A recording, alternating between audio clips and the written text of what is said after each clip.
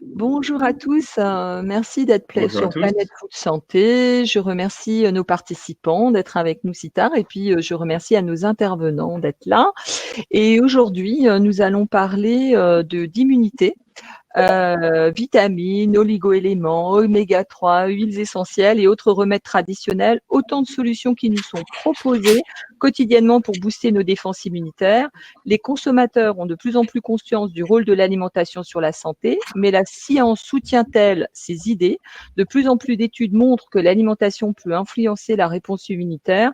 C'est pourquoi nous avons invité aujourd'hui pour faire un point sur le vrai faux de ce sujet Anaïs Auger de GEFO Europe, qui est chef du marché porc et aquaculture. On aura tout à l'heure peut-être un petit mot en vidéo de Perrine Lobo de Tereos, le docteur William Bérépi, bonsoir docteur, que vous êtes Bonsoir. gastro-entérologue Terrologue. entérologue, excusez-moi, docteur Bérébi. Nous avons aussi le professeur Legrand, que je remercie, et nous avons Nathalie Hutter-Lardot, qui est donc nutritionniste et directrice de Évidence Santé. Et nous aurons aussi Sophie de Rénal, qui est directrice marketing de chez Nutri-Marketing, qui est, pour ceux qui la connaissent, qui organise beaucoup de conférences sur les salons de salle de med et qui est chercheuse de tendance. Je vous remercie à tous et je passerai tout d'abord la parole à Nathalie pour nous faire une petite introduction sur le sujet et un petit point sur les insights consommateurs.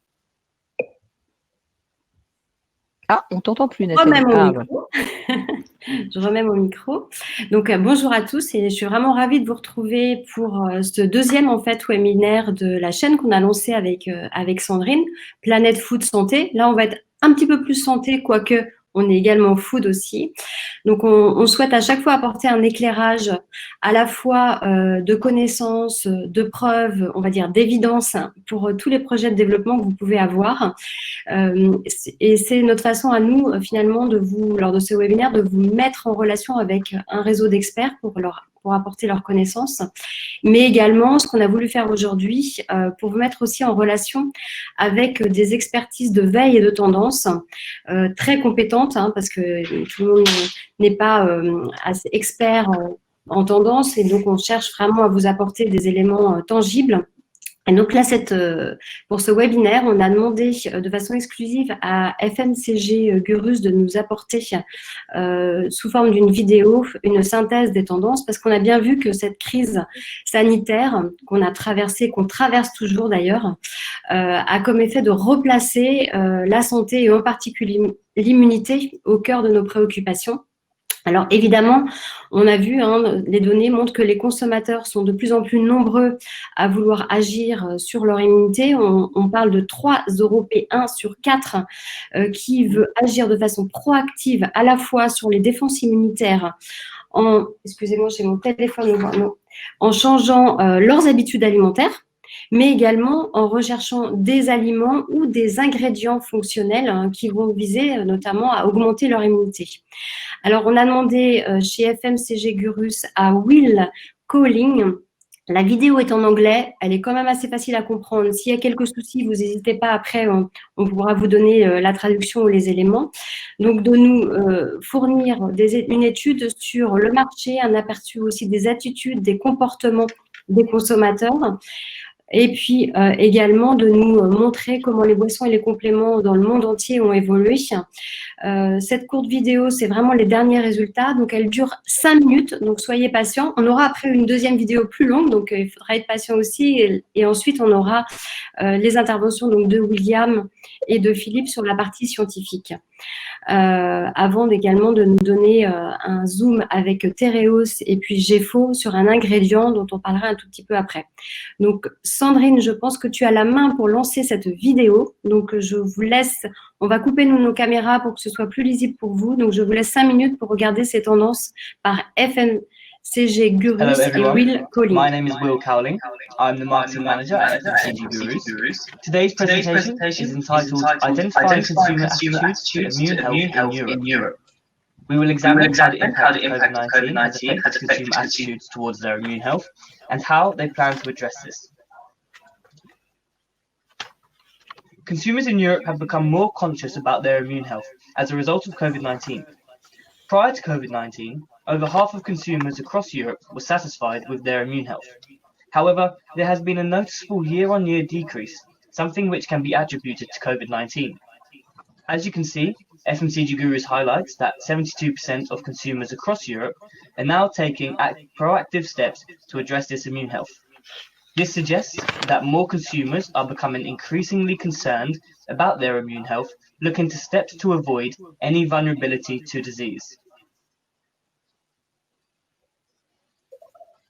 One step in which consumers are looking to address their immune health is by improving their diets and boosting their energy levels.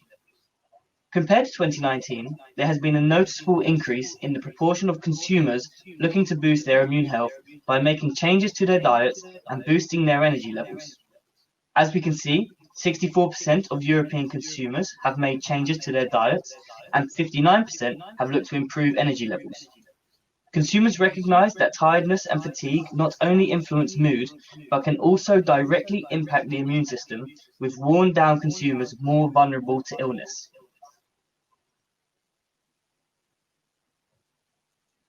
Consumers associate boosting immune health with a variety of other benefits. As consumers adopt a holistic health approach to life, they understand that all aspects of health are interlinked.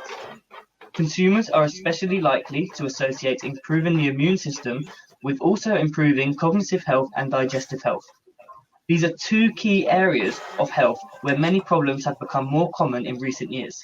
And as we can see, 53% of Europeans would like to improve their cognitive health and 56% wanting to improve digestive health, all by improving their immune system.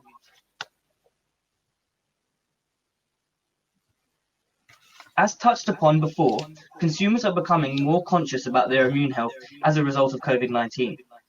And as we can see across Europe, 6 in 10 consumers state they are conscious about their immunity. This is a clear result of COVID-19 and something which will address the attitudes and behavior gap when it comes to health and wellness.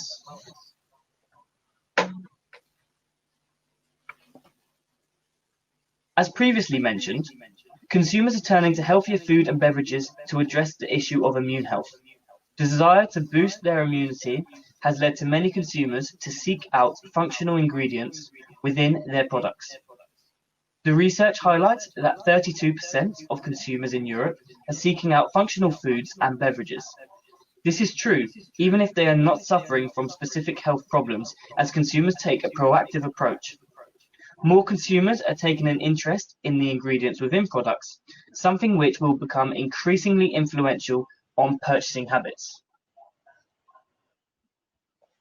FMCG Guru's research also shows that consumers associate a number of different ingredients with boosting the immune system. As we can see, iron, omega-3, vitamin C and A, and probiotics are all likely to be associated with boosting the immune health. However, it is crucial that products containing these ingredients are also deemed affordable, tasty, and convenient, and that brands are not seen to be making misleading claims around the efficacy of products. Consumers will also look to turn to plant-based products to boost their immune health, as they are deemed to be natural and nutritious. As we can see, 17% of Europeans state they are planning on increasing their intake of plant-based foods as a result of COVID-19. This is due to consumers looking for natural products which offer nutritional benefits to their health. And this is creating a major opportunity for plant-based brands as consumers seek out healthier alternatives. So, that concludes my presentation today. Thank you very much for listening. If you have any further questions, please do not hesitate to email us at info@fmcggurus.com. That's info@fmcggurus.com.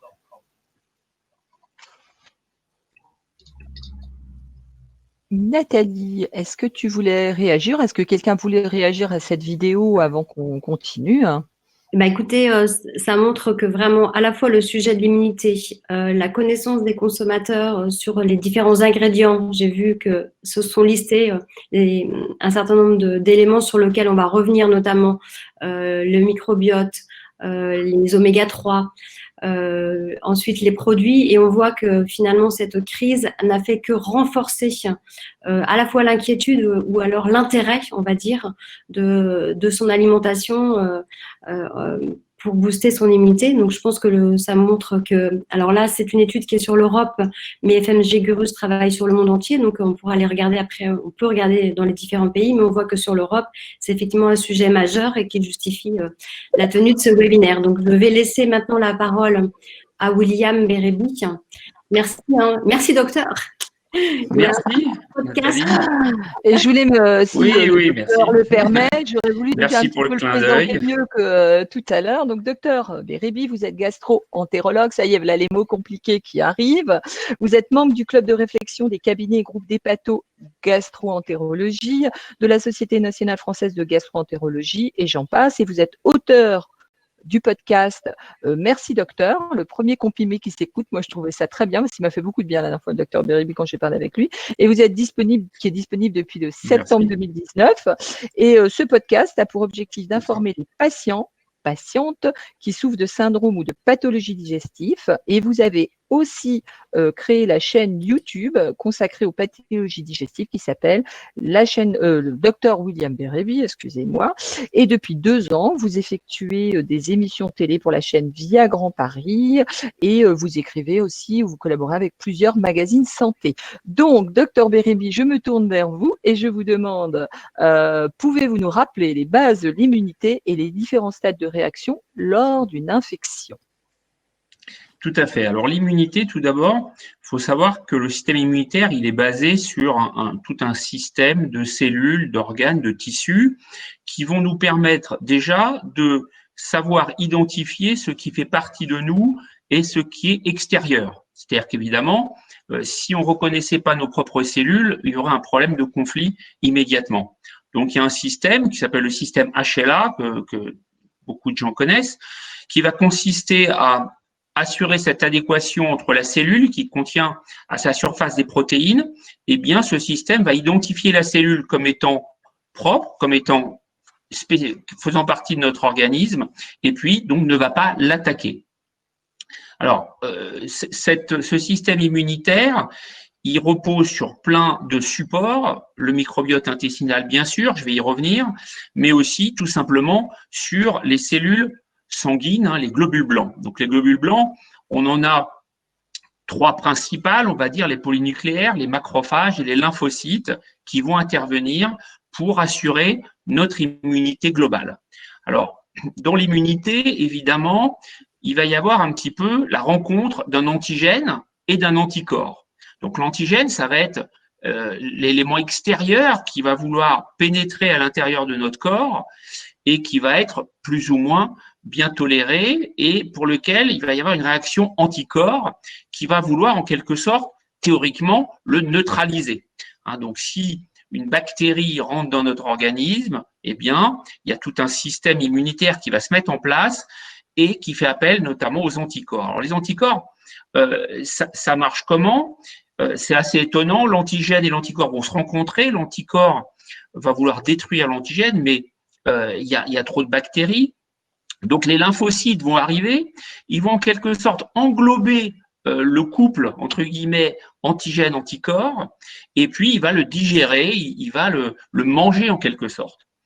Ça va activer d'autres lymphocytes qui sont les lymphocytes T, et donc ce système de lymphocytes va aboutir à une espèce de photocopieuse géante, si je puis dire, et à fabriquer, va permettre aux lymphocytes de fabriquer en nombre très important des anticorps qui vont pouvoir attaquer donc la bactérie. Alors pour vous donner un ordre d'idée, ça va jusqu'à 10 millions d'anticorps heure, la fabrication qu'on est capable de faire dans notre organisme pour nous défendre contre une bactérie. Donc vous voyez, c'est assez fascinant. Alors, particularité de ce système immunitaire, c'est qu'il a une mémoire. C'est-à-dire que ce soit par le biais du fait qu'on a déjà rencontré un virus ou par le biais d'un vaccin, donc ça peut être bien évidemment des bactéries atténuées ou bien l'ARN messager, comme actuellement un vaccin dont on parle beaucoup contre la Covid, eh bien, on a une mémoire, c'est-à-dire que le système immunitaire qui rencontre à nouveau le même virus, il va avoir une capacité à se défendre, l'organisme va avoir une capacité à se défendre plus vite et mieux de par la mémoire qui a été gravée en quelque sorte dans nos lymphocytes, en particulier dans nos lymphocytes T. Donc, voilà, on peut donc se défendre comme ça en 2 temps. Alors, en général, ce système immunitaire que je vais appeler global fonctionne bien, mais parfois, il peut ne plus fonctionner d'une façon optimale. Alors, il va en résulter 2 choses. Principalement, il peut y avoir une surréaction, c'est-à-dire le système va surréagir et à ce moment-là, il va y avoir une attaque de nos propres anticorps, donc de cellules qui n'ont rien demandé à personne, si je puis dire. Donc ça, c'est un mode de dysrégulation de notre immunité. Et puis, bien évidemment, des fois, le système immunitaire, il peut être plus faible de par des agressions extérieures, de par des carences ou de par le vieillissement. Après 60 ans, on sait que notre système immunitaire va être moins performant et c'est pour ça que les personnes plus âgées vont développer des formes plus graves des infections, notamment infections virales et en l'occurrence actuellement à la Covid-19. Il y a également le facteur nutritionnel qui intervient beaucoup dans l'immunité, par exemple la vitamine D.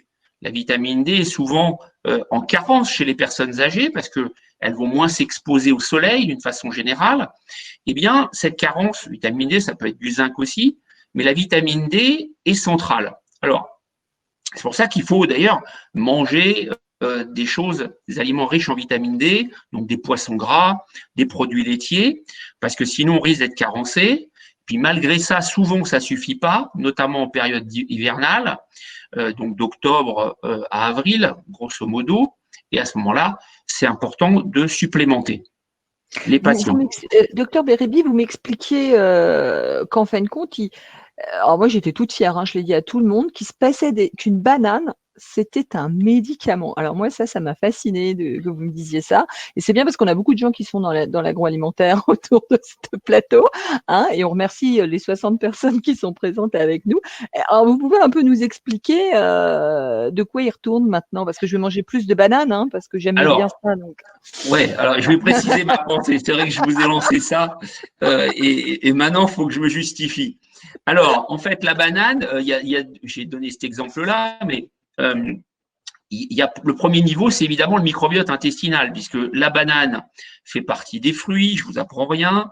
Il y a donc des fibres, et notre microbiote intestinal, pour se nourrir, il a besoin de prébiotiques, c'est-à-dire les fibres alimentaires. Donc, la banane, puisque ça nourrit notre microbiote qui lui-même va nous aider à nous défendre contre les infections, et donc, de ce fait, on peut le considérer raisonnablement comme un médicament. Deuxième élément, il y a les… Alors, j'allais y venir après. La banane, c'est pas l'exemple, mais si on prend, par exemple, l'exemple du blé, à ce moment-là, on va avoir un produit qui, naturellement, est censé être bien toléré, mais qui peut aboutir à une maladie. Donc, vous voyez que les aliments peuvent correspondre à des produits pathogènes ou bien servir véritablement de médicaments. C'était ça un petit peu l'idée, si vous voulez. Voilà, vous m'avez tendu la perche parce qu'on en parle beaucoup et c'est quelque chose qui, je veux dire, pas à la mode, mais on entend beaucoup parler, c'est le microbiote intestinal. Alors, est-ce que vous pourriez nous expliquer déjà son rôle et surtout l'importance dans le maintien de l'immunité? Alors, tout à fait. Donc, le microbiote, si vous voulez, il va avoir… donc déjà, faut savoir ce que c'est. C'est la flore intestinale, on l'appelait comme ça auparavant. Jusqu'à 2008, on ne la connaissait pas bien, et c'est pour ça qu'on n'en parle que depuis une douzaine d'années vraiment. On ne pouvait pas identifier, en fait, par les cultures classiques, les bactéries du microbiote. Donc, il a fallu attendre 2008. Il y a eu des chercheurs, notamment de l'INRA, qui ont énormément travaillé sur le sujet et qui ont permis une avancée technologique et médicale considérable. Et en 2008, on a été en mesure d'identifier l'ensemble des bactéries de notre microbiote intestinal. Et par conséquent, on sait maintenant qu'il y a environ 1000 bactéries différentes et chacun d'entre nous a environ 170 bactéries. Donc, on a du coup une composition qui nous est propre, 170 sur les 1000 existantes. Et cette composition, évidemment, est variable d'une personne à l'autre. Et on a véritablement, on peut dire, une empreinte microbiotique. Moi, j'appelle ça l'empreinte microbiotique, puisque chacun a un microbiote intestinal différent. Donc, le microbiote, on va en 2 mots, comment ça apparaît? On va le récupérer en fait à la naissance, en passant la filière vaginale, en sortant par voie basse. Je prends l'exemple de la voie basse, la césarienne, c'est différent. On va récupérer donc le microbiote de la maman, et puis, puisque bon, rectum et vagin, je vous apprends rien, sont juste à côté, et c'est comme ça que notre microbiote va être constitué.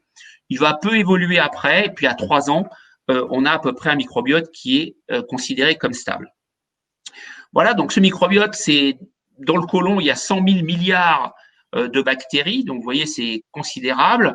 Et en poids, ça représente environ 2 kilos, c'est-à-dire en gros 2 petits melons. Donc vous voyez, c'est absolument dément. Moi, je l'appelle le patron du corps humain dans mes podcasts parce que je trouve que c'est représentatif. Alors, comment ça agit en fait? Notre microbiote, il va être capable de reconnaître les produits amis. Alors, amis, c'est quoi? C'est les aliments, ça va être les médicaments, et puis ça va être nos propres bactéries, parce que imaginez un instant que notre microbiote ne reconnaisse pas nos propres bactéries, et bien à ce moment-là, il y aurait comme une espèce de rejet d'organes, puisque le microbiote, on peut considérer que c'est véritablement un organe. Et puis le microbiote, ça va être le premier rideau, la plupart du temps, dans les intrusions de bactéries. Très souvent, évidemment, les bactéries vont rentrer par voie digestive, et donc il doit être capable de réagir et de fabriquer différentes substances qui vont nous protéger contre des bactéries pathogènes et les empêcher donc de rentrer dans notre organisme. Voilà les lignes générales. Eh bien, écoutez, je vous remercie, Dr Bérébi. On vous retrouve donc sur le premier comprimé qui s'écoute. Alors, si j'ai encore un peu de temps, je peux développer le microbiote? Ah ben allez-y, allez. D'accord. Je vous donne encore un petit peu de temps alors. D'accord. Alors, quand le microbiote, si vous voulez, est déséquilibré, il va se passer plusieurs choses. Donc, les bactéries pathogènes peuvent du coup rentrer dans l'organisme, et puis on peut se mettre à ne plus accepter des substances qu'on supporte en temps normal. Donc, par exemple, le gluten. Le gluten, il fait partie de l'alimentation. Et là, je parle du blé non transformé, du gluten, non pas du gluten industriel, mais du gluten natif. Et dans la maladie cœliaque, le gluten, il va rentrer, il va être reconnu comme un problème, si je puis dire, chez des patients prédisposés. Donc, c'est pour ça qu'il y a le lien avec l'immunité. Donc, des patients qui ont un certain type HLA, un certain typage HLA, vont se mettre à à modifier leur gliadine, et puis cette gliadine va ensuite faire intervenir les lymphocytes, qui eux-mêmes vont faire intervenir des interleukines, et ça va attaquer notre intestin et aboutir à la fameuse atrophie qu'on a dans la maladie cœliaque. Et le microbiote intestinal joue un rôle là-dedans, puisqu'il n'y a pas que l'immunité, mais lorsqu'il y a une dysbiose, c'est aussi un facteur qui va entraîner cette fameuse intolérance au gluten. Voilà un petit peu, si vous voulez, ce qui peut se passer lorsque le microbiote est déséquilibré. Et puis, un autre exemple, lorsque notre système immunitaire intestinal ne fonctionne pas bien, et bien à ce moment-là, on va on va plus réguler ce qui va rentrer dans l'organisme, et ça va être aussi le lit des affections auto-immunes.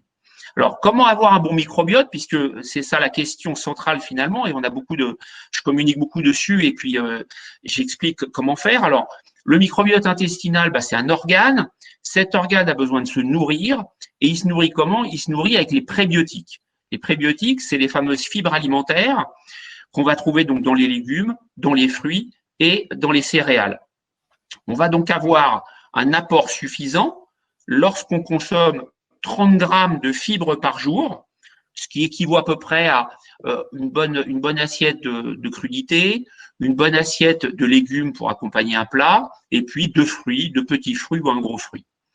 À ce prix-là, on va avoir un apport de fibres suffisant, donc de carburant, d'énergie, de nourriture pour notre microbiote. Et donc, à ce moment-là, on va avoir un microbiote qui sera de bonne qualité et qui nous permettra donc de lutter contre les infections. Donc en fait, si on prend la base, si vous voulez, c'est un peu le système des poupées russes, le microbiote, c'est-à-dire que pour avoir un système immunitaire global performant, il faut qu'on ait un système immunitaire intestinal, puisque les aliments transitent par là, et puis les médicaments transitent par le tube digestif, etc. Donc, il faut avoir donc un système intestinal performant. Pour ça, il faut avoir un microbiote intestinal performant. Et pour avoir un microbiote intestinal performant, il faut lui apporter suffisamment d'énergie et de carburant. Et ça, ce sont les prébiotiques, c'est-à-dire les fibres alimentaires. Merci, Dr Bérébi. Donc, on vous retrouve sur votre chaîne YouTube en comprimé. En fait, compte, vous êtes une ordonnance à vous tout seul. Hein, pas en comprimé, mais le premier comprimé qui s'écoute, oui. Merci beaucoup, Dr Bérébi. Des comprimés qu'on peut avaler et suivre ainsi les épisodes. Je rappelle à toutes les personnes qui sont présentes qu'elles ont évidemment tous les liens vers les réseaux sociaux de nos intervenants s'ils veulent les interpeller. Et je crois, Dr Bérébi, que vous pourrez, pendant que le petit film va passer, vous pourrez répondre. Il y a une question qui vous concerne. Je viens de la faire apparaître. Voilà. Alors, on a bien compris le rôle du microbiote intestinal et son importance dans le maintien de l'immunité. Et nous allons maintenant nous intéresser à la manière dont nous pouvons agir sur le maintien d'un bon équilibre de la flore intestinale grâce aux prébiotiques, comme et c'est là que je dis à Nathalie, t'es pas sympa avec tes mots compliqués, fructo-oligosaccharides ou les galato-oligosaccharides, on se croirait dans l'espace, ces substances qui permettent de stimuler la croissance des bactéries de la flore intestinale, que ce soit chez l'humain ou l'animal. Je dis juste, voilà. Sandrine, donc, en fait, tu peux dire les fausses CC. D'accord. À courte chaîne. Et pour ceux qui me connaissent bien, ça fait 25 ans que je prône en fait ce type de substance dans l'alimentation, mais soit par une alimentation variée, mais également en supplémentation, puisque ce sont ces fameuses petites fibres à courte chaîne qui permettent de développer ce dont nous a parlé très bien. D'ailleurs, je remercie William. Donc la bonne flore finalement, le bon microbiote pour pouvoir lutter contre les bactéries pathogènes. Donc là, on va avoir un quart d'heure, hein, c'est ça, Sandrine? De petites vidéos. Alors, je le redis, ou si on ne l'a pas dit, cette vidéo ne sera pas dans le replay final. Bonsoir, professeur Philippe Legrand. Alors, vous êtes directeur du laboratoire de nutrition humaine à l'INRA, expert auprès de l'ANSES, et vous avez écrit un livre, moi j'aime bien, qui s'appelle « Coup de pied dans le plat ». Et vos études portent sur les acides gras et le rôle des oméga 3 et 6. Ma première question, c'est déjà, pouvez-vous m'expliquer leur rôle dans l'alimentation? Et ma deuxième partie de question serait, quel est le rôle des acides gras dans l'équilibre inflammatoire lors d'infections chroniques ou aiguës? Et je vous passe la parole et je vous remercie d'avoir attendu si tard. Bien, merci pour cette invitation. Mais j'ai un petit slideshow, vous m'aviez confié. Voilà. C'est qu'ils ne les auraient pas réclamés. Je vous laisse prendre la main dessus, professeur. Oui. Voilà. D'accord, est-ce que ça marche? Voilà. Absolument, il y a la petite flèche sur le côté et vous pouvez y aller. Ok, on y va. Oui, donc, voilà. J'espère répondre à vos deux questions d'un coup. L'inflammation, c'est ce qui commence. La première manifestation de l'immunité innée, c'est même en amont. Et donc, on va parler donc de sa régulation, à la fois en comparant le médicament et le nutriment. Alors, l'inflammation, c'est quoi? C'est une réaction de défense normale, en fait. Ça a sauvé la vie de milliards d'animaux et d'hommes dans l'histoire du monde. C'est une réaction de défense normale contre un traumatisme, soit physique, une blessure, une fracture, soit chimique, l'entrée de molécules très toxiques dans l'organisme, soit infectieux, des virus et des bactéries. Et donc, finalement, ça correspond à la première défense, même avant de ce qu'on va voir être ensuite la réponse immunitaire innée d'abord, non spécifique. Donc, de la rougeur, de la douleur, de la tuméfaction. L'œdème, c'est le premier plâtre, c'est-à-dire ça coince tout et ça permet d'immobiliser, parce que si tout reste mobile, par exemple après une fracture, c'est encore pire. La chaleur, pour essayer de commencer à tuer d'éventuelles invasions de bactéries et de virus. Donc, tout ça, c'est des réactions immédiates. Et puis, ça déclenche l'immunité innée, c'est-à-dire les leucocytes, les mastocytes, etc. Puis plus tard, les macrophages et les réparations. Donc, l'inflammation est en point de départ de tout cela. Alors par contre, dans les études actuelles, ce qu'on doit faire, c'est distinguer l'inflammation traumatique, bon, donc une blessure, une coupure, une infection, etc. La médecine s'en charge, elle a des moyens puissants, depuis le plâtre jusqu'au fait de recoudre une blessure. Et donc finalement, comme on est soigné, on a de réactions inflammatoires finalement que les inconvénients. Mais à la base, c'est bien une façon de sauver la vie des animaux et des hommes. Et on distinguera ça de l'inflammation de bas grade, c'est-à-dire sans fracture, sans blessure, sans piqûre, sans rien du tout. Il se trouve que dans nos vaisseaux, on peut être plus ou moins enflammé, et là se déclenche un phénomène long, indolore, tout à fait silencieux, qui s'appelle un petit peu le vieillissement des artères. Et donc on va voir que là, par contre, la place de la nutrition est beaucoup plus importante, alors que là, bien entendu, c'est la place de la médecine et de la thérapeutique. Alors, dans l'inflammation, il y a deux phases. Il y a 3 collines là, mais il y a 2 phases. C'est-à-dire, les 2 premières sont jointes. C'est la phase première en réaction à une invasion, une blessure. Et puis la deuxième, c'est cette longue descente de l'inflammation qui est toujours douloureuse et qui, finalement, pour nous qui sommes soignés, pour les animaux qui sont soignés aussi, par rapport à la nuit des temps où, en fait, comme on n'était pas soigné, il fallait attendre patiemment que ça décroît. Eh bien, cette phase de résolution de l'inflammation, c'est là que la nutrition est également très active, c'est-à-dire à partir du moment où on a eu un plâtre, un pansement, qu'on a été recousu et qu'il y a des molécules pour lutter contre les virus et les bactéries, éventuellement, eh bien celle-là, on essaie de la raccourcir au plus tôt. Sinon, eh bien, sur un simple lumbago, on se paye 5-6 jours de douleur, alors que finalement, les anti-inflammatoires ont déjà commencé. Donc, c'est surtout sur cette phase-là de résolution de l'inflammation que le nutriment va être assez actif.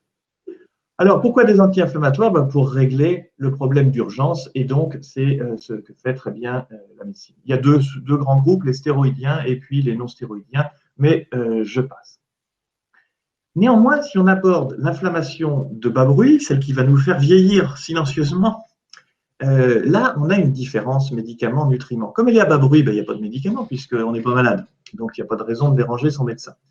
Je voudrais rappeler que la différence entre médicament et nutriment, à partir du moment où la démonstration moléculaire est faite d'un mécanisme d'action. Le médicament soigne une pathologie qui n'est pas provoquée par son absence. Le nutriment prévient un dysfonctionnement qui résulte de son apport éventuellement inadéquat. Ça peut être en trop peu ou en trop plein. Les effets d'un médicament, grands effets, ben oui, on attend d'une chirurgie ou d'un anti-inflammatoire puissant, plein de choses. Il y a une linéarité, une cible pointue, une action précise. Un nutriment, c'est beaucoup plus compliqué. Petits effets, proches du bruit de fond, parce que c'est jamais violent. Des courbes, non pas droites, pas de linéarité, mais des courbes en U, des courbes en J, bref, c'est compliqué. Seulement dans un intervalle de la dose, et en plus avec une grande polyvalence, c'est-à-dire quand on a un déficit en certains nutriments, il y a des tas d'endroits qui ne fonctionnent pas bien, et donc la cible, elle est tout sauf pointue, elle est très générique. Alors, si on schématise ça en fonction de la dose, si on regarde l'effet, pour un médicament, comme il a été créé pour ça, la courbe bénéfice, elle doit être supérieure à la courbe risque, mais il y a aussi des inconvénients. Si l'écart est suffisamment grand, ça fera un médicament. Mais c'est relativement simple. C'est très dur de mettre ça au point pour les industries pharmaceutiques, mais le concept est assez simple. Si on regarde un nutriment, regardez l'allure des courbes, c'est dramatiquement compliqué. En effet, si on prend par exemple, ce qu'on va traiter, les acides gras oméga 3 ici, la courbe rouge du risque, elle commence par descendre puisque son problème, c'est son absence. Quand il n'y a pas d'oméga 3, il y a donc déficit, et c'est vrai pour d'autres médicaments, pour d'autres nutriments type vitamines, minéraux, etc. Donc le risque majeur, c'est de ne pas en avoir. Donc déjà, les 2 courbes ne commencent pas au même endroit, et effectivement, ça correspond à des schémas d'action absolument différents. Donc les aspects risques sont maximum quand on n'en a pas, après il y a une zone grise, et puis éventuellement, une surcharge pourrait conduire à un risque. Dans le cas des oméga 3, on en est loin. Les courbes bénéfices, c'est des courbes un peu chahutées où on peut avoir plusieurs niveaux d'activité, ça c'est le besoin fondamental. Là, c'est les aspects cérébraux du genre, les études en cours sur Alzheimer, sur les structures, donc sur Alzheimer. Alors, l'Alzheimer, il a bougé, en fait, il devrait être au niveau du cerveau, bien sûr. Puis, si vraiment on veut s'en servir comme fluidifiant, anti-inflammatoire pour les maladies cardiovasculaires, c'est des doses supérieures. Et puis, si on s'en servait pour le Covid, ça ne va évidemment pas soigner le Covid, mais on peut se poser la question, et on se l'est posé d'ailleurs, de savoir si un bruit de fond de gens qui mangent suffisamment de poissons pour avoir un bruit de fond pas trop inflammatoire, est-ce que ça aurait atténué certains signes? Encore une fois, il n'est pas question de soigner. Et donc, vous voyez, cette approche n'est pas du tout la même. Pas du tout la même. Alors, qu'est-ce qu'on peut dire sur les oméga-3 dans cette affaire? Eh bien, dans ce schéma général qui est un peu impressionnant, mais vous regarderez simplement les deux lignes derrière ici, là, les deux lignes du bas, voilà. C'est ce qu'on appelle les acides gras indispensables, la famille oméga-6 ou N-6 et la famille oméga-3 ou N-3. Les précurseurs sont strictement végétaux, donc c'est important de manger des végétaux riches en ces molécules-là. Par contre, les dérivés actifs sont, elles, ces molécules, faites par les animaux, donc c'est toute cette zone à droite des pointillés. Et effectivement, on trouve en particulier, je vais focaliser là-dessus, 3 acides gras, le 24N-6, le 25N-3 et le 22,6N-3, qui ont une part active, vitale, dans l'inflammation et dans l'anti-inflammation. Donc, retenez bien ces 3 molécules-là, c'est bien des acides gras indispensables, et leurs dérivés régulent l'inflammation, mais depuis longtemps. Hein. Alors, à la base, ce qu'on savait depuis toujours, c'est que c'est l'acide arachidonique qui est un oméga-6, qui se trouve en réserve dans les membranes, on n'en manque pas, et qui est le médiateur de l'inflammation, puisque une fois qu'on est allé le chercher par la phospholipase A2 dans les membranes, dans les phospholipides, eh bien, on en dispose pour faire cette fois le déclenchement de l'inflammation. Et c'est normal. Si on n'en veut vraiment pas, on peut mettre de la cortisone et là, il reste dans son coin. Ensuite, cet acide arachidonique va donner naissance par la cyclooxygénase, la cible des anti-inflammatoires après, on verra, aspirine, INS. Ça va donner naissance à des molécules pro-inflammatoires au début, PGE2, prostaglandine de type 2, issues de l'arachidonique. Et puis ensuite, au fil de l'inflammation, un petit peu moins pro-inflammatoire, mais ça reste, si vous voulez, son action principale, l'inflammation, toute inflammation, traumatique, non traumatique, à bas bruit, a comme médiateur les oméga-6. Alors ça, c'est connu depuis, non pas la nuit des temps, mais depuis quand même pas mal de décennies. Et donc après, les oméga-3, qui sont donc l'autre famille d'acides gras indispensables, ont un rôle aussi à jouer dans cette inflammation. Qu'en est-il? Eh bien, la première remarque, c'est au niveau donc, de celui que je vous ai cité, l'EPA, C25N-3, lui-même peut être substrait à la cyclooxygénase, mais quand il commence à rentrer en compétition avec celui-là, il donne des composés qui sont, eux, anti-inflammatoires. Donc déjà, c'est une petite réponse atténuante. Alors, atténuante, attention, si on est au fin fond de la nature et qu'on est un animal qui vient de se faire une fracture, il ne faut pas que ça se soit trop fort, parce qu'on a besoin de l'inflammation pour lancer les mécanismes des défenses. Et effectivement, ça, c'est pas très, très violent, mais on a déjà la notion que c'est plutôt en opposition à ça. Et quand c'est en opposition à ça, il ne s'agit pas de mettre la balance du bien et du mal, il s'agit de se dire que c'est une chance qu'il y ait des molécules agonistes, celles qui font quelque chose, et celles qui s'y opposent. Donc là, ce n'est pas encore très violent, mais c'est déjà dans le sens anti-inflammatoire. En revanche, les acides gras oméga-3 sont substrats, comme les autres d'ailleurs, d'autres enzymes que la cyclooxygénase. Et ces autres enzymes-là ne répondent pas à l'aspirine ou aux anti-inflammatoires non stéroïdiens. Et donc, elles commencent à à être substrats de ces lipoxygénases. Alors, si on regarde notre EPA, là, ici, il était déjà un peu anti-inflammatoire, et là, il est franchement. Il est franchement à ce point que, et c'est ça qu'il est facile à retenir pour vous, comme j'ai parlé de la réaction de résolution de l'inflammation, eh bien, effectivement, les molécules issues par la lipoxygénase de l'EPA, oméga-3, conduisent à résoudre cette longue phase de résolution de l'inflammation et donc on restera enflammé moins longtemps. Et donc c'est une action anti-inflammatoire, mais sous-entendu, non pas pour empêcher le démarrage, mais surtout pour raccourcir cette longue phase de décroissance de l'inflammation qui fait quand même mal, ça veut dire mal, tension, etc. Et puis, l'autre acide gras oméga-3 très actif, c'est le DHA, 22 carbone, vous pouvez regarder les diapos d'avant, là, 22 carbone, toujours N-3, il est aussi substrat de ces enzymes lipoxygénases, et lui, il donne des résolvines, alors D comme DHA, ici c'était E comme EPA, il donne donc des résolvines qui sont donc également anti-inflammatoires, pardon, et il a une spécificité de donner des molécules qui sont spécifiques au cerveau, qui permettent la protection spécifique du cerveau. Alors attention, en biochimie, ça veut dire quoi? Anti-inflammatoire spécifique du cerveau, qui régule l'apoptose, c'est-à-dire la mort cellulaire programmée des cellules cérébrales, qui diminue le stress oxydant du cerveau, Et donc, celles-là, on les a baptisées neuroprotectines. Ça dit bien tout d'un coup, là.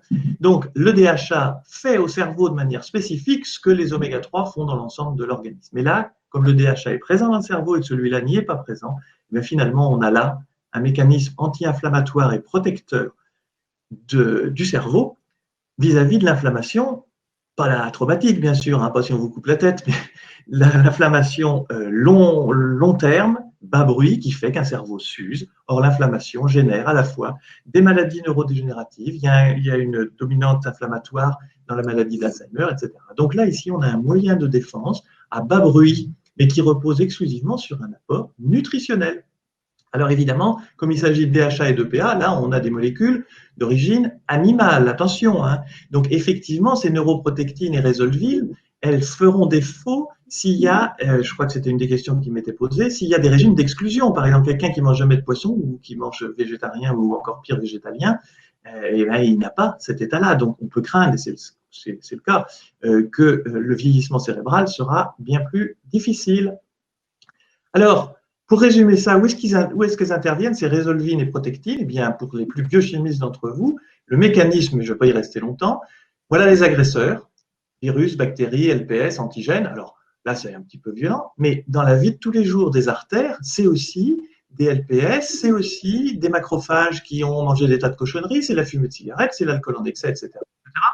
Et donc, elles déclenchent ces molécules ou ces agressions, même silencieuses, l'action d'un toll-like receptor qui ensuite active un facteur de transcription, c'est-à-dire une sorte de chef d'orchestre qui induit plein de synthèse, c'est-à-dire ce qu'on appelle l'orage cytokinique, plein de cytokines pro-inflammatoires qui sont la vraie réaction de début de défense. Alors, violent si c'est traumatique, mais très bas bruit quand même dans nos artères. Et bien, de temps en temps, on est un peu trop sous TNF-alpha, interleukine, etc. Or, à ce niveau-là, il y a quand même, non pas des inhibiteurs puissants, mais des freins. Des freins, c'est-à-dire pour rendre cet état-là, qui serait un état de fumeur, de buveur, de personnes stressées, qui fait passer de sport, etc., et il a un bruit de fond inflammatoire, eh bien, s'il y a un apport d'acide gras oméga 3, ces résolvines agissent directement sur le facteur de transcription NF-kappa-B, qu'on appelle ici NF-kappa-B, et en réduisant son activité, pas en inhibant, mais en réduisant son activité. Au passage, en science, on a pu montrer que les protectines agissaient aussi sur la réduction du recrutement des leucocytes, après qu'ils aient fait leur boulot, bien sûr, en toute urgence. Mais ensuite, donc, vous avez ici un tableau complet de situations anti-inflammatoires. Alors, c'est de l'anti-inflammation, mais c'est doux. Donc, le médicament, je n'y reviens pas, situation traumatique, la médecine sauve, la chirurgie, le pansement, etc. Et la réaction d'inflammation à la base, c'est une réaction normale. Y compris, vous voyez, sur l'animal, par exemple, la douleur fait partie de l'inflammation, mais elle prévient l'animal qu'il faut qu'il arrête de marcher, parce que si c'est fait une fracture, c'est sûr qu'il ne va pas finir son chemin. Donc, la douleur a même un sens biologique, bien sûr. Alors, là, bon, ce n'est pas la peine de parler trop des oméga 3, parce que là, on a besoin de la médecine. Bon.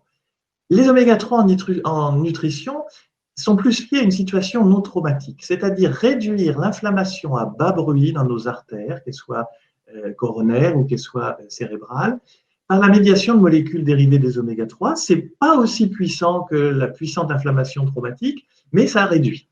Via les lipoxygénases, via aussi un peu la cyclooxygénase, ce sont les résolvines dont j'ai parlé qui réduisent donc l'inflammation. Alors, on peut se poser la question, et entre les deux, est-ce que les oméga 3 en situation traumatique? Alors, si on se les posait, c'est aussi en lien avec le Covid. En phase de résolution seulement, avoir un bruit de fond anti-inflammatoire oméga 3 dans nos tissus, eh bien, ça ne peut pas faire de mal. Par contre, si quelqu'un dit, j'ai un lambago, je vais me soigner avec une boîte de sardines, il aura mal quand même à peu près aussi longtemps que s'il de sardines. Mais cela dit, dans le silence de l'inflammation qui fait notre vieillissement, là, on peut dire que les acides gras oméga 3 sont utiles. En fin de situation traumatique, est-ce que finalement, ils n'ont pas un petit potentiel de quelques pourcents de réduction de l'inflammation? D'où cette question, cette deuxième approche a-t-elle un intérêt significatif pour aider lors de situations traumatiques? Alors, oui, si c'est bien une compétition de substrat entre oméga 6 et oméga 3, et si c'est rapide. Mais on peut supposer, au début du Covid-19, avec plusieurs collègues et industriels, on se disait finalement, regardez les Japonais, ils ont moins de stades graves du Covid, les Norvégiens aussi, les Portugais aussi, et on peut corréler, attention, hein, c'est pas un biochimiste qui vous dira que corrélation est démonstration, mais on peut corréler ça avec le fait que ce sont des peuples qui mangent énormément de poissons, donc leur statut anti-inflammatoire est bien meilleur.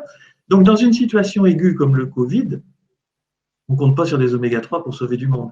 Mais est-ce que finalement un bruit de fond artériel, en particulier si on pense aux artérioles du poumon, qui vont être tellement enflammées et répondre à l'orage cytokinique, or finalement c'est de l'orage cytokinique qui meurt à la fin, est-ce qu'un bruit de fond anti-inflammatoire de type japonais, norvégien, portugais ne serait pas finalement un léger niveau de défense qui ferait qu'à chaque stade, on y va un peu moins, on va un petit peu moins à l'hôpital, un petit peu moins grave pour la réa, et puis un petit peu moins de morts à la fin de la réa. Voilà, donc c'était une question, donc on a monté des études, et on verra, bon, si pour l'instant la bonne nouvelle c'est qu'il n'y a pas assez de patients, donc réjouissons. Par contre pour l'étude ça va être un petit peu difficile. Alors en revanche, en prévention du vieillissement, du cancer, et non pas en soins, mais en prévention, supprimer le déficit en oméga 3, voire charger un petit peu l'apport. On pourrait avoir présidé les ANC, l'apport ANC il est ce qu'il est, on n'est pas obligé d'en manger des kilos, conduit à avoir un terrain anti-inflammatoire qui ne peut être que favorable. Donc j'ai résumé ça sur cette diapo, ou si on regarde ça un petit peu par grande situation mondiale, le statut en oméga 3 est un élément majeur de la limitation de l'inflammation, principalement en activant la phase de résolution. Alors par exemple, on sait bien qu'en Amérique, ils sont un petit peu trop chargés en oméga 6, donc ils ne vont pas forcément s'enflammer plus que nous, mais en tout cas, ils ne vont pas se désenflammer rapidement. Le français, c'est beaucoup mieux, il a un statut anti-inflammatoire meilleur. L'idéal, c'est le japonais. Bon, c'est un peu le hasard, mais il est pile au niveau des recommandations qu'on puisse faire. Puis, on se pose la question aussi, est-ce que trop, c'est trop? Bon, l'Esquimau, il mange trop d'oméga 3 et il n'a pas du tout de problème de santé majeur, mais il a un petit temps de saignement allongé parce que ça agit aussi sur la coagulation sanguine. C'est sans gravité, c'est sans problème, mais ça veut peut-être dire qu'il n'y a pas besoin de manger autant d'oméga 3 qu'un Esquimau. Alors, pour conclure, dans le domaine des lipides, je vous ai remis ça pour que ça reste dans vos tablettes, il n'y a plus qu'un sujet réel qui peut poser problème de lipides en France, c'est-à-dire les oméga 3, parce que vous avez ici la recommandation, donc c'est les ANC qu'on a fait à l'ANSES, avec l'alpha-linolénique, le précurseur végétal, mais surtout les 250 mg d'EPA et de DHA. Or, et ça, c'est issu de 1K2 et 1K3, or là, on est en vrai déficit, c'est-à-dire à peu près au niveau de moins de la moitié des apports. Or, moins de la moitié des apports, c'est un déficit. C'est un déficit, donc on ne fait pas l'idéal de notre situation anti-inflammatoire de bruit de fond. Et en plus, pour être franc, parce que j'ai présidé ces ANC, ça date quand même de 2011, et actuellement, au niveau international, quand on se rend compte, on dirait plutôt 500 mg de chaque. Donc, le déficit n'en est qu'encore plus problématique. Donc, on est en déficit. Il n'y a pas mort d'homme, mais par contre, il y a non-prévention d'aspects cardiovasculaires, et pas seulement, inflammatoires, mais cardiovasculaires, arythmies, etc. Et disons on doit à la société d'essayer de l'informer qu'il faut absolument augmenter ça. Alors, si j'ai le temps, mais si je n'ai pas le temps, j'arrête là. Hein. Comment résoudre ce problème d'oméga 3? Alors, ici, il y a tout ce qui concerne le précurseur, l'alpha-linolénique. Ça vient bien du monde végétal et des algues. Il y a des huiles, colza, soja, noix. Je ne vais pas commenter ça, mais évidemment, ça vient par les huiles. Mais ce que n'est pas forcément évident de voir, c'est que 75% de l'apport en alpha-linolénique chez l'homme en France, donc le précurseur végétal, ne vient pas des végétaux qu'on mange, mais finalement des animaux qui ont mangé le végétal. Une chaîne alimentaire, c'est bien l'animal qui mange le végétal. On n'a jamais vu une herbe folle mordre le jarret d'une vache. Donc, comme les animaux consomment les végétaux, finalement, la molécule végétale, elle nous arrive par les huiles, bien sûr, mais aussi par tous les animaux que l'on consomme. Donc, la chaîne alimentaire, c'est une notion importante. Et puis, pour les dérivés, c'est encore plus important, c'est-à-dire EPA, DHA, ceux qui jouent dans l'inflammation comme justement anti-inflammatoire. Là, c'est d'abord et avant tout les poissons. Donc, il faut 2 à 3 poissons gras par semaine pour être vraiment en situation de couverture des besoins, des dérivés.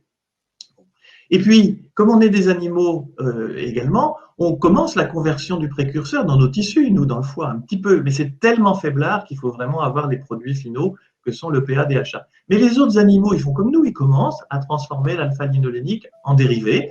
Donc, ils sont aussi vecteurs, c'est pas très puissant, mais ça peut être boosté, par exemple, par les graines de lin, ou la luzerne, ou la nutrition animale le plus à l'herbe possible, parce que ce n'est pas toujours faisable non plus.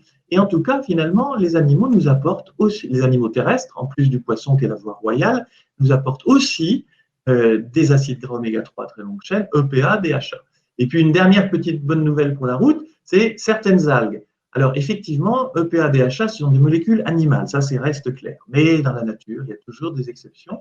Il y a quelques algues, alors pas de bol, elles sont microscopiques. Et comme leur nom l'indique, avant de produire des grandes quantités, il va falloir faire quelque chose. Le Schizochytrium, par exemple, quelques algues ont une spécificité de faire du DHA. Alors là, ça vaut de l'or. Tout le monde se jette sur ces algues-là pour avoir un petit peu de DHA. Ça peut être une solution, par exemple, elles sont utilisées dans les laits infantiles pour prématurer, là où il y a un besoin crucial de DHA pour le cerveau.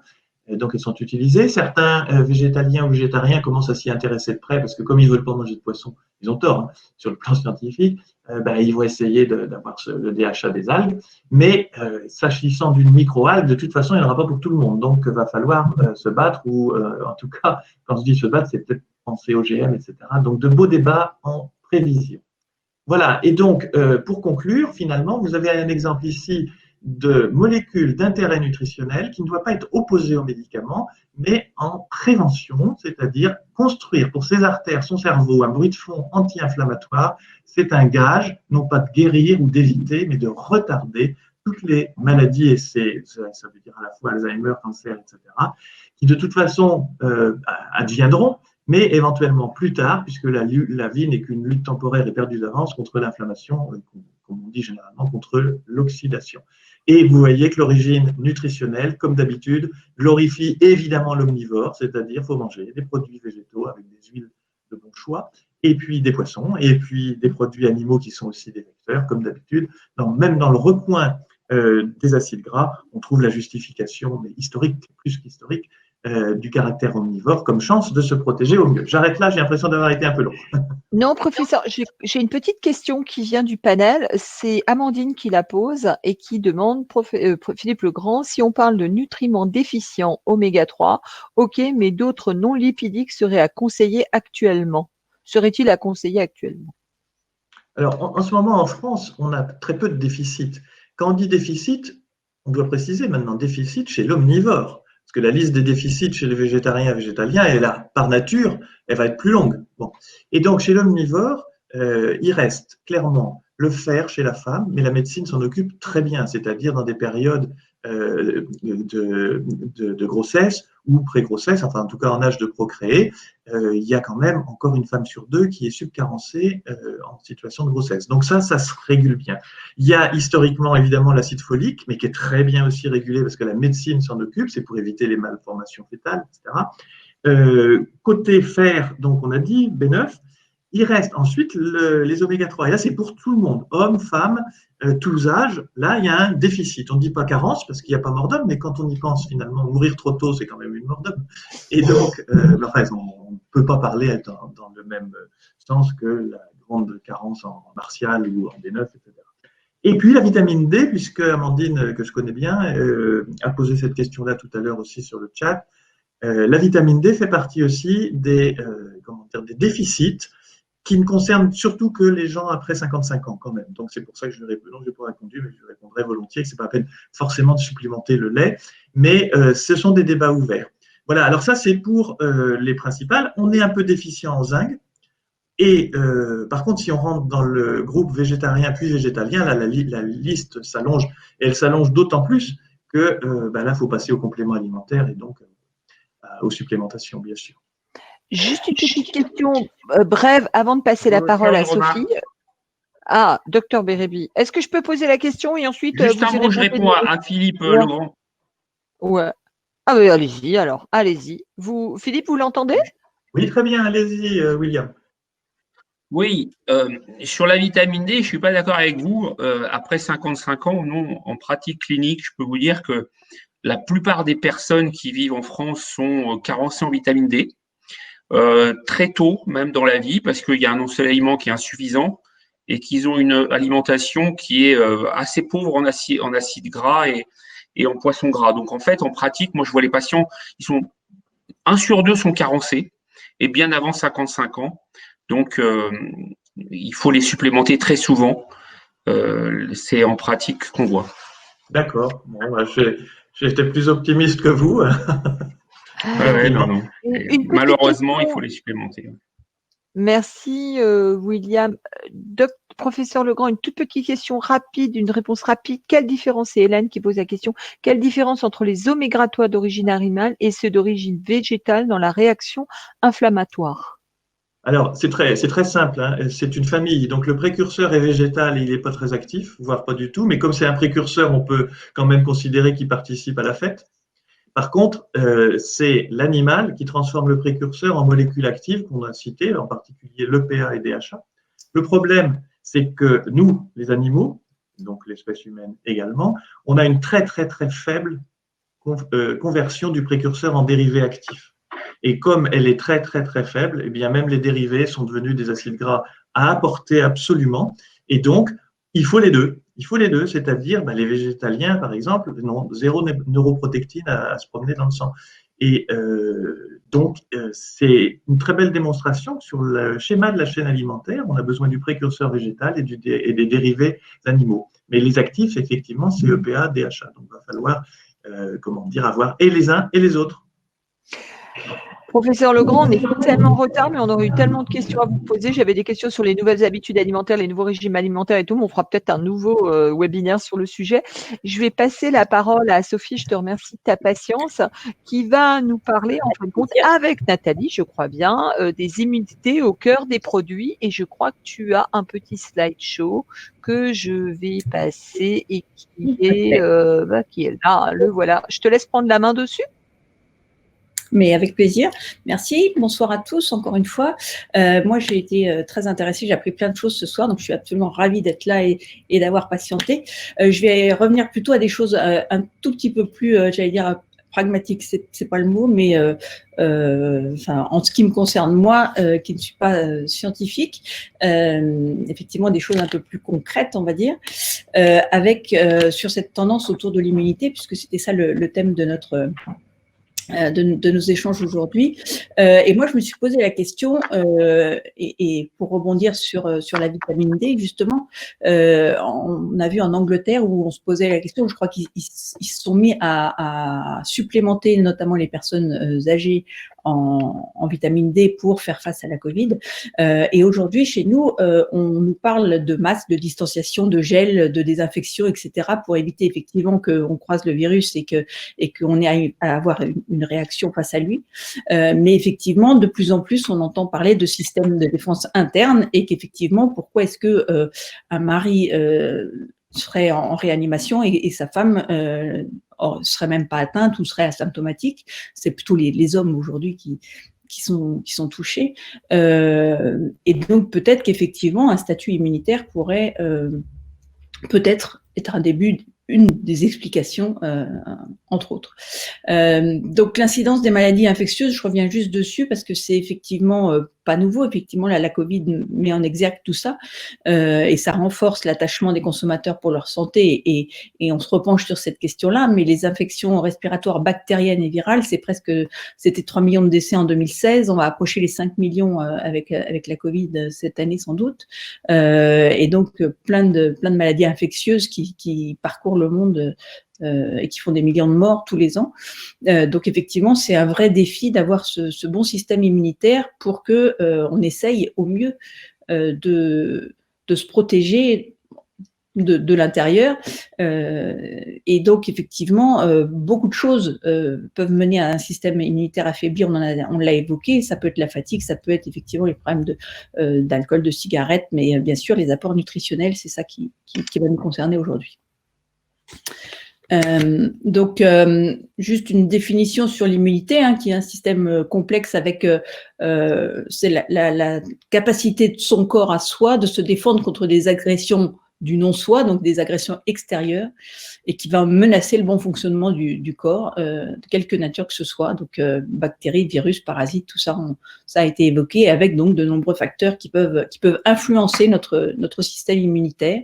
Et l'idée, évidemment, pour les consommateurs, c'est d'avoir un meilleur. On commence à en entendre parler. Je parle des consommateurs moyens, comme l'évoque le règlement INCO, et donc voilà, ça commence on en parle, mais finalement, je trouve, par rapport à ce qu'il peut y avoir aux États-Unis ou dans toute l'Amérique du Nord, finalement, c'est très peu médiatisé, je trouve, chez nous, même si les consommateurs on commence à en entendre parler, mais c'est finalement assez peu médiatisé aujourd'hui. Donc l'impact de la Covid en France, c'est effectivement une crise sanitaire qui met en exergue l'importance de la santé, et FMCG Growth l'a bien rappelé, que on sait depuis très longtemps que l'alimentation a un impact sur notre santé, positif ou négatif selon ce qu'on mange, mais effectivement il y a une importance de la santé pour 62% de nos compatriotes et sur l'immunité, donc de plus en plus, avec 60% des personnes interrogées dans cette étude qui cherchent à renforcer leur système immunitaire, que ce soit par la consommation d'aliments, par les compléments alimentaires ou via une meilleure hygiène de vie. Et ça, c'est une étude OpinionWay pour le SINADIET, qui est le syndicat des compléments alimentaires. Donc, dans les ingrédients de l'immunité, si on regarde la réglementation, ça a été aussi évoqué tout à l'heure, il y a certaines allégations, 11 allégations au total, qui concernent l'immunité validée par l'EFSA et qui concernent principalement des vitamines, des minéraux. Je vous les ai listés ici. Mais au niveau des consommateurs, bien sûr, on a évoqué les prébiotiques, bien sûr les probiotiques aussi, qui sont finalement des bactéries, des bonnes bactéries qu'on pourrait consommer pour réensemencer, on va dire, un petit peu notre microbiote intestinal. Des extraits botaniques, on a vu le sureau par exemple, qui a été en rupture de stock pendant le premier confinement et qui c'est un marché très tendu en ce moment dans le monde, parce qu'effectivement voilà, le sureau est utilisé pour renforcer le système immunitaire, et en fonction de là où on se place dans la planète, il y a des pharmacopées traditionnelles qui vont être utilisées. L'ashwagandha, par exemple, qui vient d'Inde, a été très demandé également, mais le cannabidiol aussi, etc. Et puis, bien sûr, les oméga-3, les polyphénols, etc. Donc, on a un marché, notamment des compléments alimentaires, qui est dédié à la santé du système immunitaire, qui était autour de 14 milliards en 2017, je parle en dollars, et qui devrait atteindre 24,7 milliards de dollars en 2026. Donc, vraiment un marché très conséquent, avec 65% qui se passe aux États-Unis, enfin en Amérique du Nord. Donc, c'est vraiment là aujourd'hui que se passe le marché, mais l'Asie devrait prendre la plus grosse part du marché dans les années qui viennent, et on a vu que tous les grands pays asiatiques se sont tournés vers alors, beaucoup la pharmacopée traditionnelle, mais en tout cas les compléments alimentaires pour se protéger effectivement. Donc, en ce qui concerne le marché des aliments, c'est avec une promesse sur l'immunité, c'était 15 milliards à peu près en 2018, et ça devrait progresser, vous voyez, de 7,6% par an en moyenne. Donc, c'est là aussi assez conséquent. Avec tout un tas de produits, on va le voir, qui apportent cette promesse autour de l'immunité. Donc, je vous ai mis quelques exemples, mais vous voyez, les bandes de compléments alimentaires qui ciblent l'immunité aux États-Unis ont progressé de 25% en 2020. Évidemment, c'était attendu à 8,5 dans les prévisions. Donc, c'est plus de 3 milliards de dollars engrangés pour ce type de produits. Et alors, d'un côté des vitamines, C, D, du zinc aussi, des minéraux, mais aussi ça peut être du sureau, du reishi, de l'acérola, du gingembre, donc acérola pour apporter de la vitamine C, bien sûr. Voilà, donc des mix de capsules sous toutes leurs formes. Bien sûr, le marché des probiotiques qui a atteint qui va atteindre, on va dire, presque 76 milliards en 2026, et donc un marché qui explose, notamment en zone Asie, comme je le signalais. Et les probiotiques, alors en Europe, on a malheureusement, c'est un peu comme les prébiotiques, le terme probiotique est considéré aujourd'hui encore comme une allégation santé qui n'est pas autorisée. Donc on voit dans certains pays comme en Italie, ils utilisent ce terme, mais chez nous, par exemple en France, il faut mettre la souche probiotique et non pas parler du terme de probiotique, et surtout pas parler de lien avec immunité, puisque ce n'est pas autorisé par la réglementation aujourd'hui. Mais avec travaux du monde des produits laitiers, c'est vrai que les consommateurs font facilement un lien entre bifidus, acidophilus, etc. et bonne santé digestive et donc immunitaire. Donc, quelques exemples de produits, des yaourts avec 3 probiotiques. Donc, ça, c'est pas forcément des produits évidemment européens, mais des choses pour les enfants, des produits avec du kéfir et autres.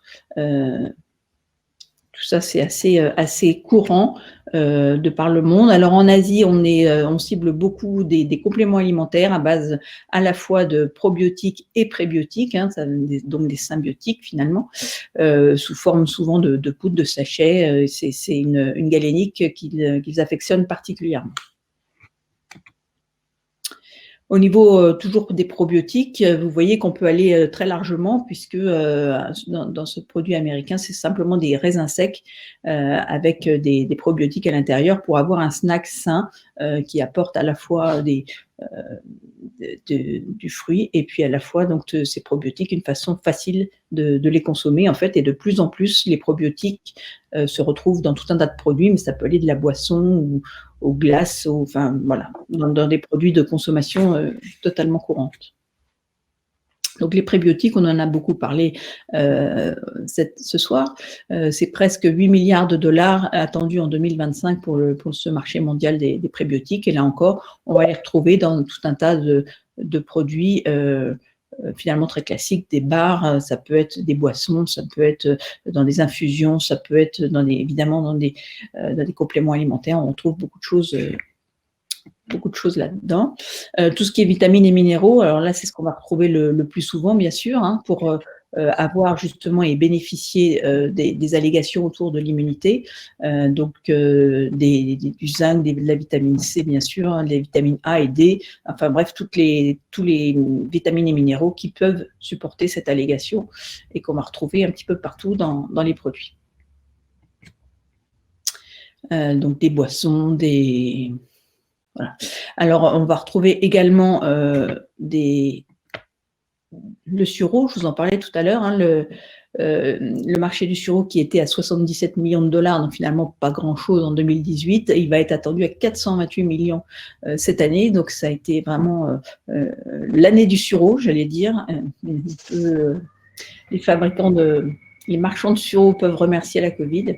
Et là encore, on va la retrouver, ce sureau, sur toutes ses formes, une sucette, des compléments alimentaires, des boissons, etc., pour pouvoir booster l'immunité. Donc d'autres plantes, là encore, il y en aurait plein. Et donc c'est vraiment à chaque fois selon un peu la pharmacopée traditionnelle des pays qui développent ce type de produits. Donc l'ashwagandha, j'en ai parlé, l'amla aussi, qui vient d'Inde. Et donc voilà, beaucoup de différentes plantes qui peuvent effectivement supporter l'immunité parce que c'est, encore une fois, traditionnellement utilisé, c'est des pharmacopées ancestrales, voilà.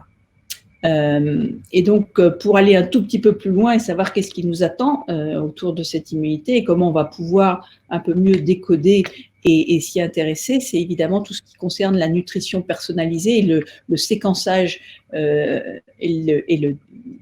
et comment décoder. Alors, l'ADN, c'est déjà largement en cours. Le microbiote, c'est déjà en cours, mais c'est quand même un peu plus récent. Et donc, l'idée étant de faire décoder son microbiote intestinal et à partir de là, d'avoir des supplémentations, puisque évidemment, on est tous différents, même si... Alors, je vais parler sous couvert de nos scientifiques, mais il semblerait qu'il y ait 3 microbiotes principaux qui seraient un petit peu comme les résus sanguins, donc on appartiendrait à une ou l'autre des familles, mais en tout cas le fait de séquencer ou de décoder, en tout cas de faire analyser son microbiote permettrait de voir quelles sont les bactéries qui sont surreprésentées ou au contraire sous-représentées, et derrière évidemment les entreprises vont vous proposer des compléments alimentaires ou des menus personnalisé pour pouvoir rééquilibrer votre alimentation et surtout votre microbiote. Donc ça, c'est exactement la même chose qui se passe sur le décodage de l'ADN. De plus en plus, là encore, de sociétés, c'est très en vogue en Amérique du Nord notamment, de se faire séquencer son ADN pour derrière pouvoir rééquilibrer et avoir une nutrition en tout cas qui puisse, soit par via de compléments alimentaires, soit par des menus équilibrés, essayer de rattraper un petit peu les carences, les déficiences, ou en tout cas si on a un gène surexprimé ou sous-exprimé, etc. Donc voilà, nutrition personnalisée. Et si vous voulez aller plus loin, nous, on a fait effectivement une étude de marché autour de ce système immunitaire, et donc je serai à votre disposition pour vous en parler.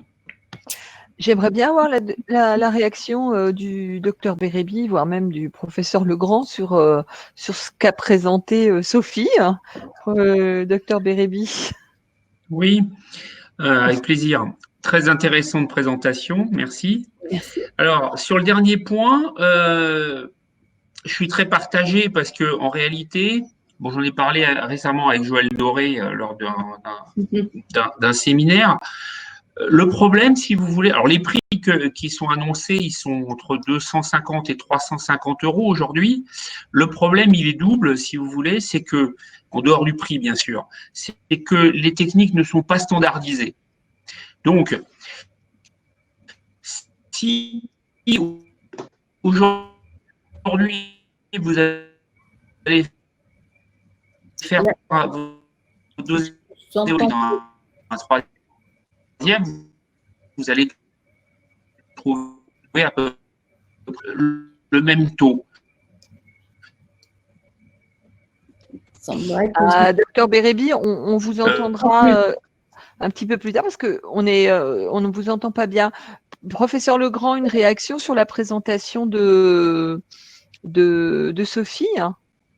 Oui, donc c'était très intéressant. Il y a toute une liste de produits possibles pour booster son immunité. Vis-à-vis des études du nombre de Français, enfin je crois que c'est Français ou Européens, en proportion de gens qui sont donc convaincus qu'ils veulent se défendre de l'intérieur, je ne peux pas m'empêcher de comparer avec le chiffre de ceux qui vont se faire vacciner, parce que ceux-là, ils ne veulent pas se défendre de l'extérieur. Donc là, on a une opposition, qui révèle tout l'obscurantisme qui peut arriver, hein, bien sûr, c'est respectable, mais je le définis comme effectivement une incohérence totale, mais c'est respectable parce que les frayeurs, les peurs sont souvent fausses. Et donc, il ne faut pas oublier quand même que dans tout ce domaine-là, il ne faut pas faire trop rêver les gens, parce que l'intérieur, c'est très bien, c'est tout ce qui est de la prévention est utile. La culture française, qu'elle soit médicale ou qu'elle soit spontanée dans le grand public, elle n'est pas très préventive. Donc, c'est bien. Dans la liste, on peut discuter certains trucs qui sont un peu folklore, mais c'est pas le problème. Faire de la prévention, c'est très bien, et que les gens y trouvent leur compte en plus industriellement, moi, ça me choque pas, surtout si c'est pour résoudre des déficits. Faut pas simplement qu'ils se leurrent sur le fait que prévenir n'a jamais soigné, c'est-à-dire ça ne fait que décaler l'action de William qui après sauvera les gens. Et donc ça c'est important. Et donc l'incohérence c'est quand même d'être si attaché à l'immunité intérieure et puis à être si peu enclin à se faire vacciner. Donc ça je comprendrai jamais, mais je mourrai avant de savoir la réponse. Le dernier point, Juste je suis revenu. Professeur, on va vous reprendre, docteur Bérébi. Vous avez un paradoxe toujours chez le consommateur. Hein. Le consommateur est toujours paradoxal, mais juste toujours faire attention à ce que on déclare quand on est interrogé dans le cadre d'une étude comme ça ou d'une enquête, savoir qu'est-ce que vous voudriez faire. Moi, évidemment, je veux toujours mieux faire, donc bien sûr, je veux faire attention à mon immunité. Et entre ce que je dis et ce que je fais, il y a toujours un gap. Bien donc, ce n'est pas parce que je déclare que j'ai envie de faire attention à mon immunité que je vais forcément aller rechercher les oméga 3. Docteur Bérébi, on vous avait perdu. On peut juste, oui. Nathalie, je peux laisser le docteur Bérébi qu'on avait perdu. Voilà, excusez-moi, j'ai eu un problème de réseau. Oui, donc concernant l'étude du microbiote fécal, si vous voulez, le problème c'est que c'est pas standardisé aujourd'hui. Donc chaque vendeur entre guillemets s'auto-certifie. Et il n'y a aucune validation, si vous voulez, au niveau de la technique. Et le but d'une technique, c'est qu'elle soit reproductible et elle n'est fiable en médecine que si elle est reproductible. C'est-à-dire, si vous faites 10 fois votre dosage de cholestérol, et 10 fois, on va retrouver un taux identique. Dans l'étude du microbiote fécal, malheureusement, on n'y est pas. Et si vous faites votre étude dans différents labos, eh ben, vous aurez des résultats différents et donc c'est pas exploitable. La deuxième remarque, c'est que notre microbiote, on a 170 bactéries et qu'en général, dans la plupart des résultats rendus, il y a quelques bactéries testées, 10, 15, 20 maximum. Et pour avoir vraiment une incidence sur une supplémentation, que ce soit alimentaire ou en probiotique, il faudrait vraiment qu'on ait une cartographie chacun comme elle existe à l'INRA avec tout notre microbiote in extenso. Et là, on pourrait suivre les personnes, non pas d'ailleurs à l'instant T, mais tout au long de la vie pour voir apparaître des modifications, une perte de la biodiversité, etc. Et donc intervenir pour éviter, en préventif, pour éviter les maladies. Mais malheureusement, je crains que nous ne soyons pas encore rendus à cette étape-là. J'ai une petite question juste et je te passe la parole, Nathalie. C'est Jean-Pierre qui la pose. Alors là, qui veut répondre? Hospitalisé 3 semaines au printemps pour le Covid. On espère que Jean-Pierre va mieux. J'ai apprécié d'avoir eu du poisson 4 à 5 fois par semaine au lieu d'une seule. S'agissait-il d'une recommandation nationale? Professeur Legrand? Non, c'était pas encore. Non, mais on peut imaginer, par contre, qu'un médecin nutritionniste ou une responsable diététicienne de l'hôpital en question, ayant lu un peu tout ce qui se passait, on a publié un papier dans Biochimie, pas un papier de résultats puisqu'on les avait pas, mais un papier d'intention, disant que ce serait peut-être intéressant d'associer la nutrition au passage de phase en phase de ce Covid. Donc ça peut être dû à un très bon réflexe d'une diététicienne, d'un médecin, etc. Ou alors simplement parce que c'était un hôpital où il y avait du poisson, un bord de mer, je sais pas. Je voulais par contre réagir un tout petit peu en disant effectivement, faut pas se laisser leurrer par des analyses d'une finesse qui n'ont pas lieu d'être encore, sauf économiquement, par rapport à la non-finesse de l'alimentation. Donc, au niveau, par exemple, des probiotiques, il y a un conseil qui est simple, c'est 25 à 30 grammes de fibres. On sait qu'en gros, c'est l'optimum global. C'est pas parce que c'est à la louche que c'est faux. Parce que le moindre rhume ou un produit pas frais et une diarrhée, et vous pouvez aussi dire que même si c'est pas étalonné du point de vue technique, de toute façon, le résultat, là, contrairement à la cholestérolémie ou autre chose, il va faire des montagnes russes. Alors ça s'applique aussi, c'est la notion de attention à l'hyperspécificité de l'analyse qui est vendue, non remboursée, donc on voit bien, mais pourquoi pas, s'il y en a qui ont envie de savoir, parfait. On n'a jamais pensé faire des recommandations acides gras suite à la lecture d'un chromatogramme de tous nos acides gras circulants, alors que ce serait déjà beaucoup plus stable qu'un microbiote. Pour autant, non, on sait faire des ANC parce qu'en nutrition, c'est quand même du plus global. Et enfin, le séquençage du génome, là, sur le plan scientifique, ça n'a pas de sens. D'autant plus qu'actuellement, si vous regardez ce que devient la nutrition, c'est plutôt suite à la phase telle molécule, tel nutriment. Maintenant, c'est parce que c'est de l'épidémiologie qui règne.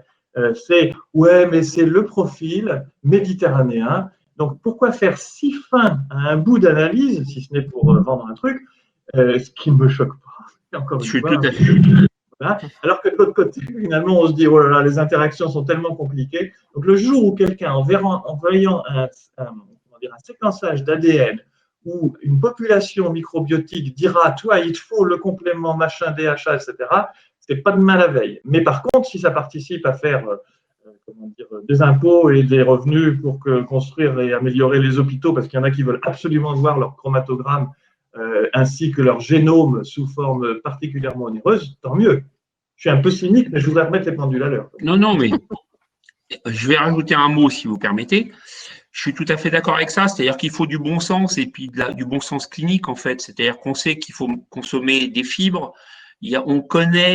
On sait la dose qui est nécessaire pour atteindre un effet régulateur sur la glycémie, un effet anticancéreux. Pour ce qui est du cancer du côlon, c'est 30 grammes. On connaît la liste des aliments prébiotiques, et on sait aussi quand même pour ce qui est des probiotiques, on a quand même un certain nombre d'études chez l'animal et chez l'humain qui nous permettent de savoir quelles sont les souches qui sont les plus intéressantes pour tel ou tel problème. L'anxiété, les problèmes hépatiques, l'intestin irritable, etc. Donc, c'est plus là-dessus, me semble-t-il, qu'il faut s'appuyer et pour avoir une alimentation saine, équilibrée et apporter ce qu'il faut, que sur des tests hyper élaborés qui sont au jour d'aujourd'hui pas fiables.